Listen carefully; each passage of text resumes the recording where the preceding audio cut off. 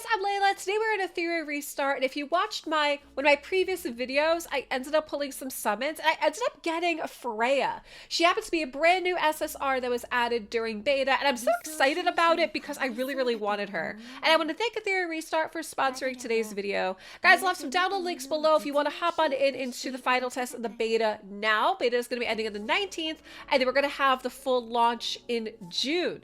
All right, so when I pulled her, I was telling you guys to stay tuned because I was super excited to get her, and we were going to build her, which is what I want to show you what I did. We'll also end up taking her into some content, some PvE content too, so you can see what she does. But, you know, first off, her design is beautiful. I absolutely love what they did with her. Just gorgeous. The animations are amazing. She looks beautiful, and I was so excited to be able to get her. And if you didn't know, so currently how it is working with the summons, like I said, she was added for beta, is we have this fleeting dream where she's guaranteed within 100. So spoiler, if you didn't watch one of my recent videos, I got her in less than 100. So again, this game has a really great mechanic that allows you to know basically when you have a good chance of getting some of these Animus, right? Getting some of these characters added to your roster. And I love that because it's going to let you kind of manage your resources better, right? All right, so talking about Freya, you are going to notice that I did get her to level 40, and we could do a star upgrade as well with her, what I hadn't done yet. But so with her, if you're not familiar with her, is we talk about how she's part of the Oblivion Flame, and with her, this is basically how the affinities are going to be working, right? Is that increased crit rate by 15%. She has the advantage against opponents when attacking, additional increased damage results by 15%, and then she does have some disadvantages as well, but that's just how it works with affinities in the game. Okay, so with her, she's basically kind of like a buff support, but she does do damage as well too. And so with her, first, her A1, basically her single damage level 1.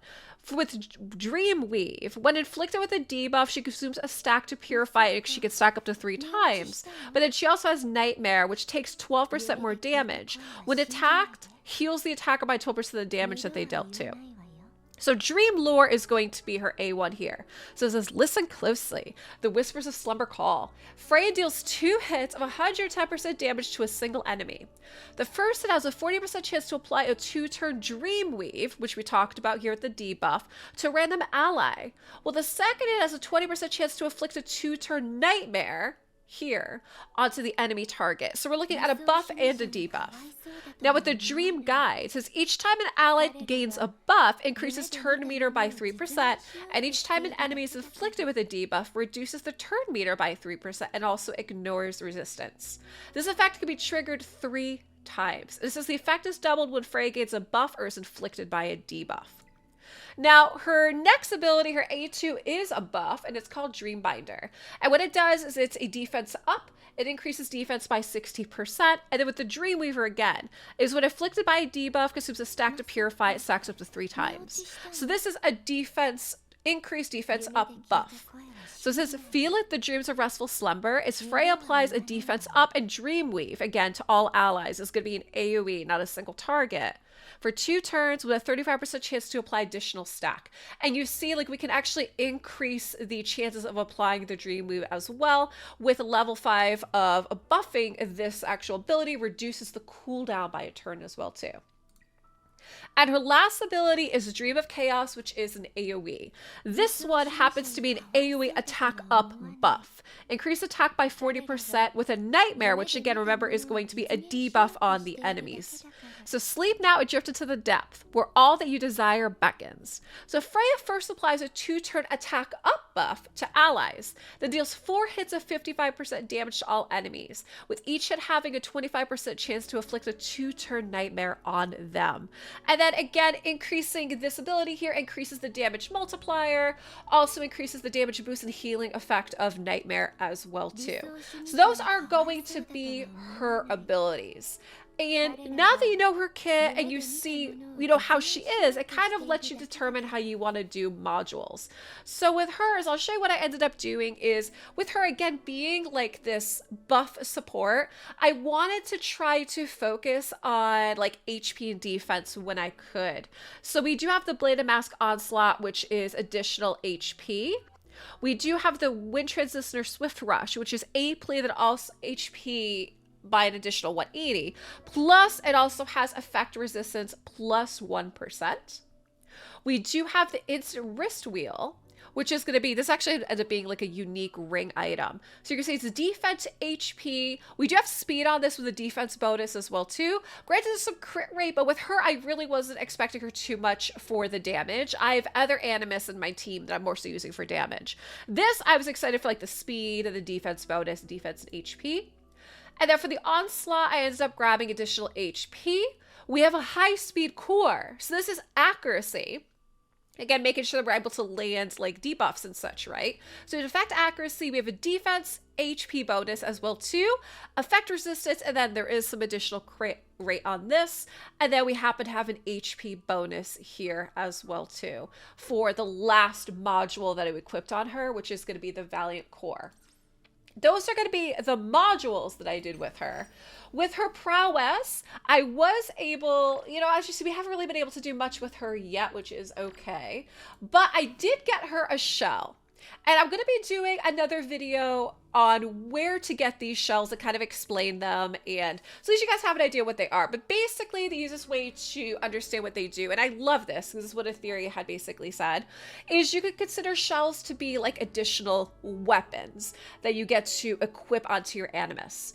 So for my Freya, I decided to go with Scorpion Queen, and Scorpion Queen happens to be a healer.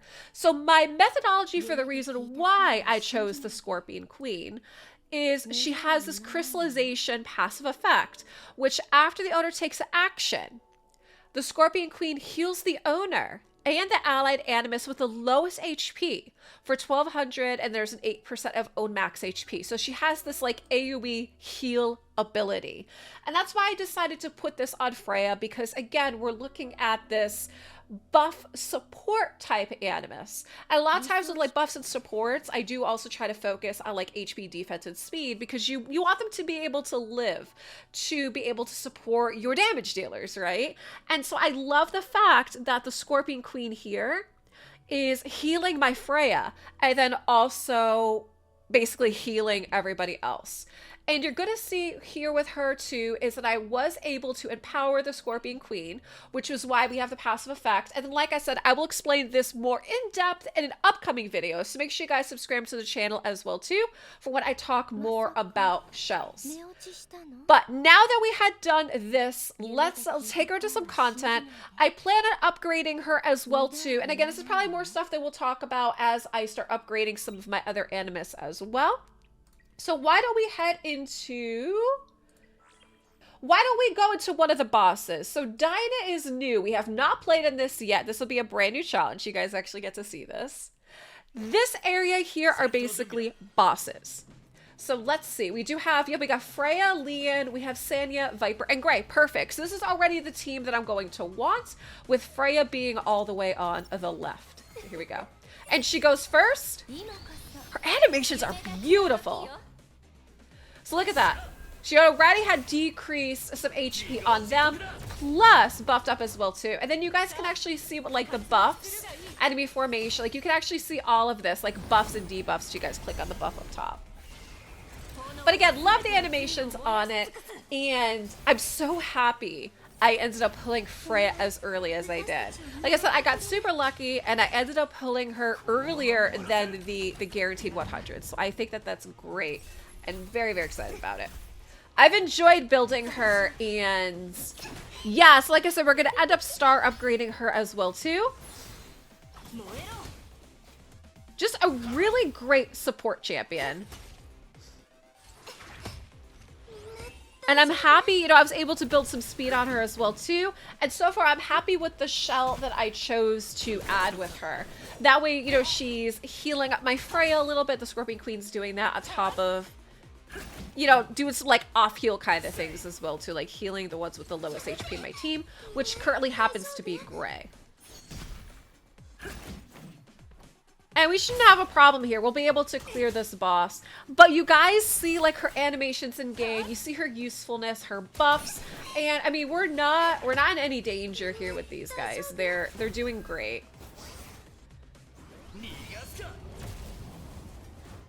We'll almost be able to clear this shortly. And you guys see there, so she landed, there's the debuff. So you can see all the stack of debuffs on the enemies. And Dinah is the last one standing, which will clear shortly. Then we'll see what our rewards are. This actually happens to be the first time we are clearing this boss with you guys. And look at all the buffs that she ended up putting on our team. And there we go. So first time clears, we ended up getting some XP for my shells, which is great.